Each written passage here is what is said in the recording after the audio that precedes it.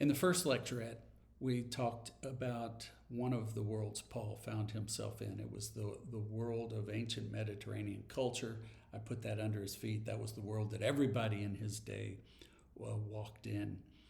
And what I want to do in this lecturette is talk about the world of Greek culture, and I'm going to run that through his head because I think that was one of the worlds that he was dealing with, navigating intellectually. It's odd to speak of Greek culture because the heyday for Greece in its classical form had been centuries before. The classical period of Greece, called Hellenic from the Greek word for Greek. That period is typically dated from about 500 BC to, let's say, 323 when Alexander the Great died. The classical period is famous for those great cultural achievements, political. I mean, this was the birth of thoughts about democracy. Historical work was being done, literary work, architectural achievements. You've got the Parthenon and the Acropolis. And of course, philosophy at this time was at a zenith. I mean, you had Socrates, Plato, all their disciples. That's all classical Greek, but that period comes to an end in 323 with the death of Alexander the Great. However, Alexander had been not only a formidable warrior, but he had also been, he was also a powerful intellectual. He had studied, he'd been tutored by Aristotle. So when he goes on his military campaigns, he goes on them with a special mission. I mean, we talk about one world government. His intention really was to bring a one world government to all the places that he conquered. He was evangelistic with Greek culture. And he traveled not only with generals at his side, but he traveled with scientists and teachers. When he went to a city and conquered it, he established Greek as the official language of the city, and he set up cities or reestablished them in forms that modeled what was in Athens. So after he died, begins what's often called the Hellenistic period. It's a period during which Greek politics and Greek ideas dominate the entire ancient Mediterranean world, Asia Minor, although maybe in a form a little bit watered down from what they had been in classical Greek. And that period of influence continues to 146 when the Roman Empire becomes prominent. But Rome too, as we will see in a minute, they sort of pick up some of this same stuff. They let the Greek culture tends to dominate even in the Roman Empire. With respect to the New Testament, here's the point that I think is to be made. By the first century, Greek culture's best days were in the past, but that powerful culture had left its mark nevertheless. And I want to tell you just a few places where we can see it in the New Testament and in Paul.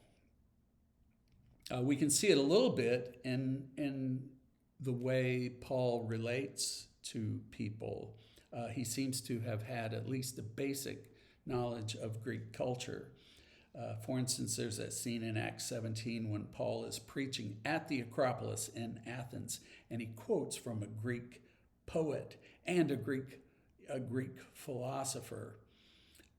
So Paul knew some of this stuff. It's pretty clear that he had at least a layman's knowledge of Greek philosophical traditions and Greek ways of doing things. We see the influence of Greece in the language of the New Testament. I mean, Greek, koine, which means common Greek, is the language of commerce throughout all the Roman Empire. And even if you had a native tribal tongue, if you were anywhere in the Roman Empire, including in Palestine, you had at least a working knowledge of Greek. And of course, the New Testament is written in this common language. When Old Testament when Old Testament scriptures are quoted by New Testament writers, guess what? They are quoting almost always the Greek Old Testament. With the expansion of Greek culture, there had been a move in the 3rd century BC to translate Hebrew scriptures into understandable Koine Greek, and so a Greek version of the Old Testament was created. It's called the Septuagint, and that was the primary Bible of the first Christians. Number 4, I would say that recent studies of Paul's rhetoric, that is the way that he goes about persuading people about things, and the logical forms that he uses, his argument styles, show that he has incorporated some of the Greek writing argument forms of his day. We will definitely be talking about that as we get into the book of Romans. And the final thing we might say is that the pluralism of the first century is somewhat indebted to Greek influence. The Greeks were very comfortable with many gods, an entire pantheon of gods, and when they went about their business, they brought their gods with them, and they sort of brought the gods of other people with them, and when they found comparisons between gods, they would sort of blend those. The same thing happens in the Roman Empire, and that process of mixing and melding religions is called syncretism. And so the world of the New Testament was a syncretistic world. I